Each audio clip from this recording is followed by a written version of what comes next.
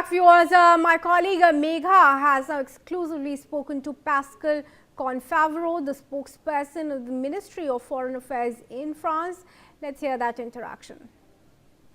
Thank you very much for speaking to us on NewsX.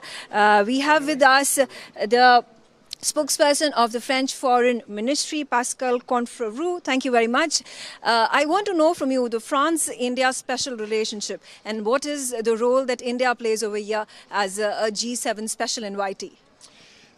This invitation is indeed extremely important in our view. You know, the high quality relations between our two leaders, but also our two countries.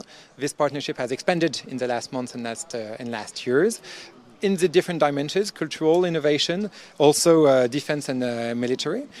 This visit started on Sunday, actually, with a whole day dedicated between Prime Minister Modi and President Macron in the south of France, addressing the different various parts of the bilateral agenda. And it's also now continuing now at the G7 Leaders Summit in Evian. You had some discussions on Ukraine and Middle East happening, and now, as we speak, in the presence of Prime Minister Modi, you have a leaders' discussion on the correction of the global imbalances on the economic scene. It's something that is taken very seriously by, of course, Europe, but also India.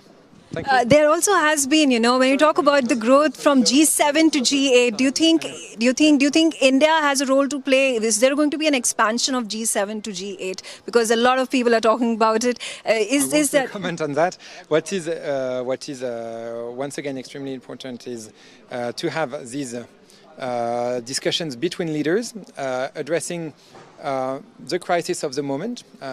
Ukraine and Middle East, addressing also the global imbalances of the world. We wanted to put together, first, to have a consensus on the reality of the situation that is addressing all the stakes at present, but also to see, okay, what would be in the end the different solutions that we try to find together. So it's only the beginning of the discussion.